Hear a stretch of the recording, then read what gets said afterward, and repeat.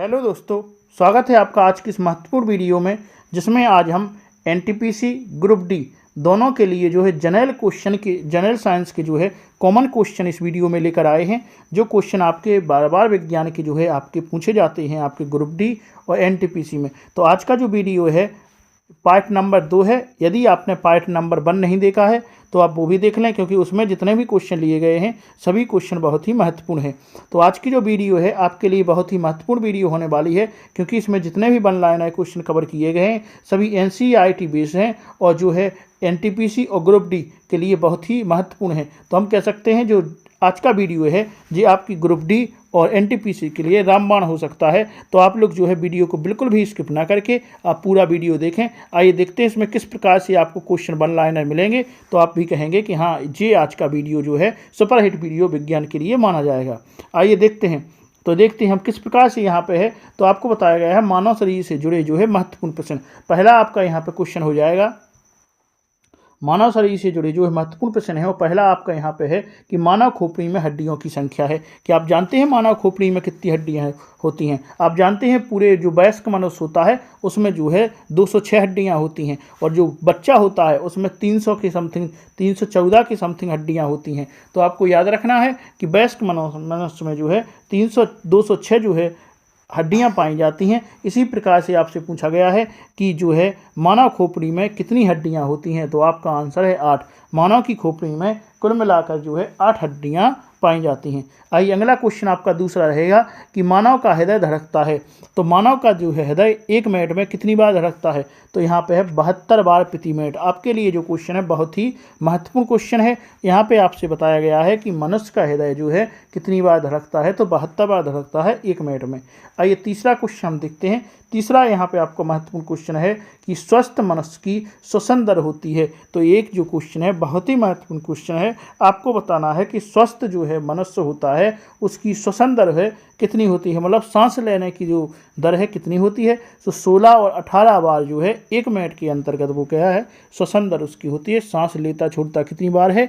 16 या 18 बार। आपको याद रख लेना है, बहुत ही महत्वपूर्ण क्वेश्चन यहाँ पे होने वाला है। आइए अगला एक और महत्वपूर्ण क्वेश्चन, आपको क्या पता है कि सबसे बड़ी जो है हड्डी मनुष्य की कौन सी है? तो सबसे बड़ी मनुष्य की जो हड्डी है उसका नाम है फीमर हड्डी, जो कहाँ पाई जाती है? मनुष्य की जांघ में पाई जाती है। तो कहा जाए मनुष्य की सबसे बड़ी हड्डी कौन सी है? तो मनुष्य की जो है सबसे बड़ी हड्डी जो है।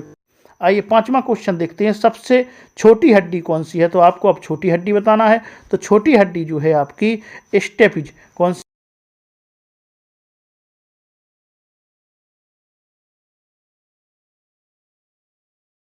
होने वाला है। तो आप जो वीडियो देख रहे हैं इसमें जो है हम बहुत ही महत्वपूर्ण और साइंस के जो है टॉप क्वेश्चन यहाँ पे वन लाइनर के माध्यम से लाए हैं, जो आपके लिए एनटीपीसी और ग्रुप डी के लिए जो है बहुत ही महत्वपूर्ण है। तो आप लोग वीडियो बिल्कुल भी स्किप ना करके पूरा वीडियो देखते रहें, और चैनल को यदि आपने अभी तक सब्सक्राइब नहीं किया है तो चैनल को सब्सक्राइब कर लें और वीडियो को लाइक अवश्य कर दें, क्योंकि हम आपके लिए जो क्वेश्चन लेकर आते हैं वो बहुत ही महत्वपूर्ण क्वेश्चन यहाँ पे होंगे।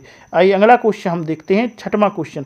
छठवां हमारा है शरीर का सबसे जो है कठोर तत्व कौन सा है? तो जो दांतों में इनेमल पाया जाता है, तो इनामल जो है इनेमल इसको कहते हैं। इनामल जो है दांतों में पाया जाता है। कौन सा होता है? सबसे कठोर जो है तत्व होता है मानव शरीर का। तो याद रख लेना है मानव के शरीर का सबसे कठोर तत्व कौन सा है? कठोर तत्व जो है इनेमल है। कहाँ पे पाया जाता है? जो दांतों में पाया जाता है। तो छठवां आपका जो है यहाँ पे बहुत ही महत्वपूर्ण क्वेश्चन हो गया है। आइए इसी प्रकार से आगे हम देखते हैं सातवां हमारा है कि सामान्य मनुष्य का रक्तचाप कितना होता है? तो आपको बताना है सामान्य मनुष्य का रक्तचाप जो है 120 प्रति 80 mm होता है। कितना होता है? 120 प्रति 80 mm जो होता है सामान्य मनुष्य का जो है रक्तचाप होता है। याद रख लेना है। सबसे कठोर हड्डी कौन सी है? सबसे कठोर तत्व है इनेमल। छोटी हड्डी है आपकी स्टेपिज, कान में पाई जाती है। आइए अगला हम क्वेश्चन देखते हैं, आठवां हमारा क्वेश्चन है मानव शरीर में जल की मात्रा है। तो मानव शरीर में जल की मात्रा 63% से लेके 80% जो है मानव में जल की मात्रा जो है पाई जाती है। तो मनुष्य का जो वजन होता है, तो मनुष्य के वजन में 80% क्या होता है? जल। यहाँ पे कह रहे हैं कि मनुष्य शरीर में जल की मात्रा जो है सब तत्वों में कैसी है? 80 से 63 से 80% जो है मानी जाएगी। आपके लिए जो क्वेश्चन बहुत ही महत्वपूर्ण हो जाएगा। आइए अगला हम देखते हैं 9वां जो क्वेश्चन है मानव रक्त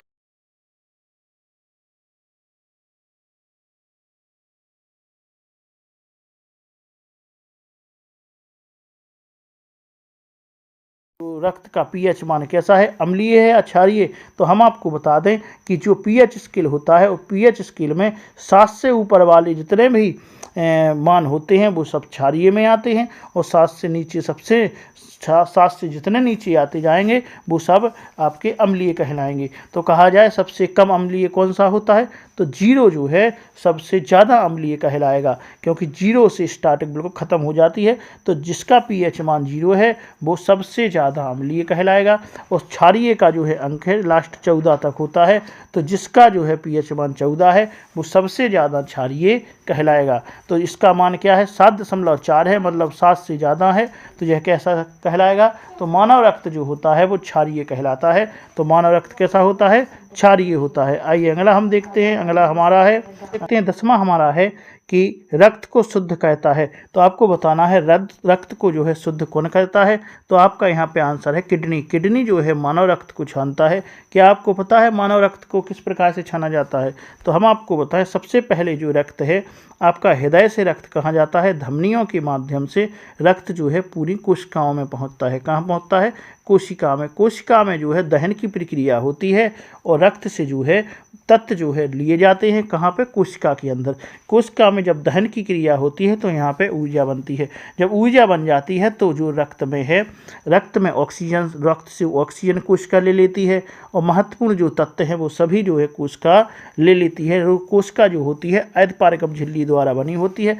जब कोशिका जो है दहन करती है तो इसमें कार्बन डाइऑक्साइड और बाकी तत्व मिल जाते हैं। तो जब दहन के बाद जो अपशिष्ट पदार्थ बचते हैं वो जो है कोशिका होती है वो रक्त में छोड़ देती है। तो जो इस रक्त में छोड़ती है वहाँ पे क्या है, सिरा। तो सिरा के माध्यम से जो रक्त है वो किस में आता है, किडनी में आपकी आता है। यहाँ पे जो रक्त होता है इसमें ऑक्सीजन नहीं होती है, इसमें जो है दहन के बाद जो कार्बन डाइऑक्साइड और बाकी जो है यूरिया वगैरह होते हैं तो उसको क्या है, जो आपका किडनी है वो छानता है। तो किडनी से छानने के बाद रक्त जो है आपका दूसरे हृदय में आता है, किसके माध्यम से, सिरा के माध्यम से, और फिर जो है आपका फेफड़ों में जाता है। फेफड़ों में ऑक्सीजन मिलती है, ऑक्सीजन मिलने के बाद फिर से जो है शुद्ध रक्त हो जाता है। तो इस प्रकार से छानने की थोड़ी सी प्रक्रिया जो हमने आपको ऊपरी मेथड में आपको बता दी है।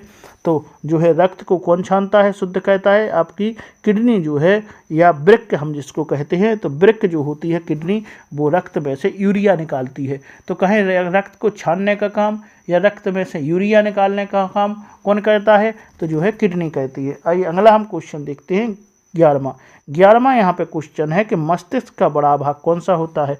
तो मस्तिष्क का जो है सबसे बड़ा भाग होता है सेरिब्रम। तो सेरिब्रम जो है मस्तिष्क का सबसे बड़ा भाग कहलाता है। याद आपको रखना है कि मस्तिष्क का बड़ा भाग कौन है, मस्तिष्क का जो सबसे बड़ा भाग है वो सेरिब्रम है। आइए 12वां देखते हैं। 12वां यहाँ पे हमारा है कि टिबिया नामक हड्डी पाई जाती है। तो टिबिया नामक जो हड्डी होती है वो पैर में पाई जाती है। याद रख लेना है आपको, बिल्कुल रट के रखना है कि टिबिया नामक जो है हड्डी कहाँ पाई जाती है, टिबिया नामक हड्डी कहाँ, पैर में जो पाई जाती है। आइए अगला क्वेश्चन है हमारा 13वां कि शरीर को ऊतकों का निर्माण होता है। तो शरीर में ऊतकों का जो निर्माण होता है वो प्रोटीन से होता है। ऊतक बनते हैं किससे बनते हैं, शरीर में जो है ऊतक प्रोटीन से बनते हैं। हम कहें कि कोशिकाएं जो होती हैं वो ऊतकों से ही कोशिकाएं जो होती हैं प्रोटीन से निर्मित होती हैं। और प्रोटीन से क्या है, तभी कहते हैं सब लोग कि बच्चों को क्या देना चाहिए, प्रोटीन देना चाहिए। क्यों, क्योंकि उनमें कोशिकाओं की संख्या बढ़ेगी तो ऊतकों की संख्या भी बढ़ेगी। तो हम कहें कि जो है शरीर में ऊतकों का निर्माण होता है किससे होता है, प्रोटीन से होता है। आइए अगला क्वेश्चन हमारा है कि विटामिन ए संचित रहता है। तो आपके शरीर में जो है विटामिन ए कहाँ पर संचित रहता है, तो आपको बताना है विटामिन जो ए है वो कहाँ पर संचित रहता है। तो आपका यहाँ पे आंसर होगा यकृत में। तो विटामिन जो ए होता है वो यकृत में जो है संचित रहता है। हम आपको इस प्रकार से क्वेश्चन बता रहे हैं कि आप एक बार क्वेश्चन देखें और आपको जो है याद यहीं से हो जाए। तो जो हमारी वीडियो है वो बहुत ही महत्वपूर्ण वीडियो जनरल साइंस की आपके लिए होने वाली है। आप लोग बिल्कुल यहाँ पे ध्यान से देखते रहें, और यदि आपने अभी तक चैनल को सब्सक्राइब नहीं किया है तो चैनल को सब्सक्राइब कर लें, और वीडियो को लाइक नहीं किया है तो वीडियो को लाइक कर दें, और बिल्कुल ध्यान से देखते रहें, बिल्कुल भी स्किप ना करें। आइए आगे हम देखते हैं अगला हमारा 15वां क्वेश्चन है कि लार में पाई जाने वाला एंजाइम है। तो लार में जो है कौन सा एंजाइम पाया जाता है, आपको बताना है। जो सबसे पहले आदमी का भोजन होता है वो कहाँ पे जाता है, मुख में भोजन जाता है। मुख में जो भोजन है दांतों के द्वारा चबाया जाता है, वहीं से जो है पाचन प्रक्रिया स्टार्टिंग हो जाती है। तो यदि आपसे कोई क्वेश्चन करे कि जो पाचन प्रक्रिया है कहाँ से स्टार्टिंग होती है, तो सबसे स्टार्टिंग में जब हम मुँह से भोजन चबाते हैं तो मुँह से ही जो है मनुष्य के भोजन की पाचन प्रक्रिया स्टार्टिंग हो जाती है। क्योंकि यहाँ पर जो है लार में जो पाया जाने वाला एंजाइम है टाइलिन, टाइलिन जो है यहाँ पे पाचन के रूप में काम करने लगता है। तो याद रख लेना है कि लार में पाए जाने वाला एंजाइम कौन सा है, वो है टाइलिन। यहाँ पे आपका राइट आंसर हो जाएगा। याद रख लेना है टाइलिन से ही आपकी पाचन प्रक्रिया स्टार्टिंग हो जाती है। और लार जो है जो भोजन को लसलसा बना देता है और जो है चिकना बना देता है, जिससे गुटकने में फ़ायदा होता है। और इसमें से जो है टाइलिन पदार्थ निकलता है किसमें, लार में। आइए अगला देखते हैं। अगला हमारा है कि मूत्र दुर्गंध होता है। तो मूत्र दुर्गंध किसके कारण होता है, तो आपको पता है कि जो किडनी है आपके रक्त में से यूरिया को छानती है और वो यूरिया मूत्र के माध्यम से हमारे शरीर का अपशिष्ट पदार्थ है और बाहर निकाला जाता है। तो उसको हम उत्सर्जन कहते हैं। सो शरीर से बाहर निकालना, खराब पदार्थों को बाहर निकालना ही उत्सर्जन कहलाता है। तो यह एक उत्सर्जन की क्रिया है। तो मूत्र में क्या पाया जाता है, मूत्र में जो है यूरिया के कारण उसमें दुर्गंध उत्पन्न होती है। तो मूत्र में क्या पाया जाता है, यूरिया पाया जाता है। आइए इसी प्रकार से हम 17वां क्वेश्चन देखते हैं। 17वां हमारा क्वेश्चन है मानव मूत्र का पीएच मान क्या होता है। बताना है आपको मानव मूत्र का जो पीएच मान है वो क्या है। तो मानव मूत्र का जो पीएच मान है वो 6 है। तो हम कह सकते हैं मानव मूत्र जो होता है वो अम्लीय श्रेणी में आएगा, क्योंकि 7 से कम जो है जिसका पीएच मान 7 से जो है कम होता है वो अम्लीय कहलाते हैं, और जिसका 7 से ज़्यादा होता है वो क्षारीय कहलाती है। तो रक्त जो है 7.4 है, मतलब रक्त का पीएच मान 7.4 है तो वो क्षारीय है। लेकिन मूत्र का पीएच मान 6 है, इसलिए यह कैसा है, अम्लीय कहलाएगा। आइए अगला हम देखते हैं। अगला हमारा 18वां क्वेश्चन है कि शरीर में हड्डियों की कुल संख्या कितनी है। तो अभी हम आपको बता चुके हैं कि वयस्क मनुष्य में हड्डियों की संख्या जो होती है वो 206 होती है। लेकिन यदि कहा जाए कि बच्चों में ज़्यादा हड्डियों की संख्या है या वयस्क मनुष्य में, तो आपका आंसर होना चाहिए बच्चों, क्योंकि बच्चों में जो है वयस्क मनों से हड्डियों की संख्या ज़्यादा होती है। तो बच्चों में हड्डियाँ ज़्यादा होती हैं और वयस्क मनों में, मनुष्य में जो हड्डियाँ होती हैं वो कम होती हैं, 206 मानी गई हैं। आइए अगला हमारा क्वेश्चन है रक्तचाप मापने वाला यंत्र कौन सा है। तो आपको यहाँ पे बताना है कि रक्तचाप नापने वाला जो यंत्र है वो क्या कहलाएगा। तो स्फिग्नोमेनोमीटर जो है रक्तचाप नापने वाला यंत्र कहलाएगा।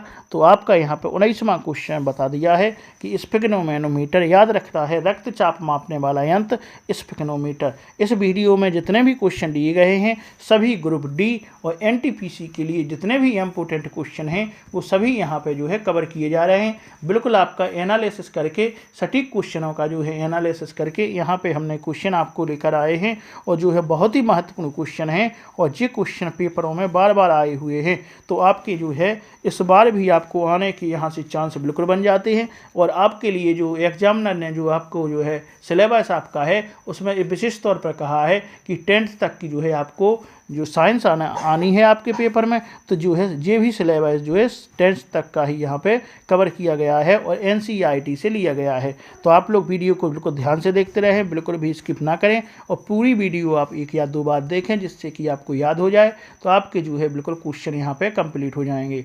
तो आप लोग बने रहें हमारे साथ, वीडियो को बिल्कुल भी स्किप ना करें। और यदि आपने अभी तक चैनल को सब्सक्राइब नहीं किया है तो चैनल को सब्सक्राइब कर लें और वीडियो को लाइक अवश्य कर दें, और वीडियो को शेयर भी कर दें। आपके ग्रुप जो आपका ग्रुप हो आपके जितने भी फ्रेंड हैं सबके पास वीडियो पहुंचा दें।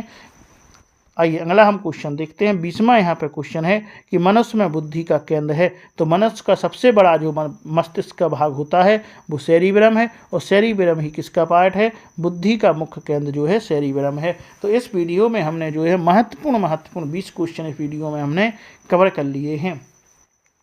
अब हम आगे देखेंगे अगली वीडियो में आपके लिए इसी प्रकार से और महत्वपूर्ण क्वेश्चन आपके साइंस के जो है लेकर आते रहेंगे। तो आज की इस वीडियो में हम जो है इतना ही रहने देते हैं। जो वन लाइनर हमारे क्वेश्चन हैं वो आज हम इतना ही रहने देते हैं। आगे फिर से आपसे मुलाकात होगी नए क्वेश्चनों के साथ, नए जोश के साथ, और आपके लिए जो है महत्वपूर्ण NCERT के जो है वन लाइनर क्वेश्चन इसी प्रकार से हम लाते रहेंगे, जो आपके जो है पेपर के लिए बहुत ही महत्वपूर्ण है। तो आप लोग हमारे साथ जुड़े रहें और वीडियो को बिल्कुल एक भी वीडियो स्किप ना करके पूरा वीडियो आप देखें। और उनमें क्या है, हमने जो है क्वेश्चन डाले हैं बहुत ही महत्वपूर्ण डाले हैं। कुछ क्वेश्चन वैसे हो सकते हैं ईजी भी हैं, कुछ क्वेश्चन ऐसे भी हैं जो आपके लिए बिल्कुल नए हो सकते हैं। तो आप वीडियो पूरा देखते रहें और वीडियो को लाइक कर दें और वीडियो को शेयर भी कर दें। आगे आपसे मुलाकात होगी। हम आपके लिए जो है प्रैक्टिस सेट भी लेकर आ रहे हैं, जो आपका पूर्ण प्रैक्टिस सेट होगा। उसमें जो है प्रत्येक ऑप्शन का आपको एनालिसिस होगा। तो आप लोग वीडियो में बने रहें और हमारे जितने भी वीडियो हैं आप बिल्कुल ध्यान से देखते रहें, क्योंकि आपके लिए जो वीडियो है बहुत ही महत्वपूर्ण होने वाले हैं। तो आज के इस वीडियो में इतना ही रहने देते हैं। आगे फिर से आपसे मुलाकात होगी। धन्यवाद।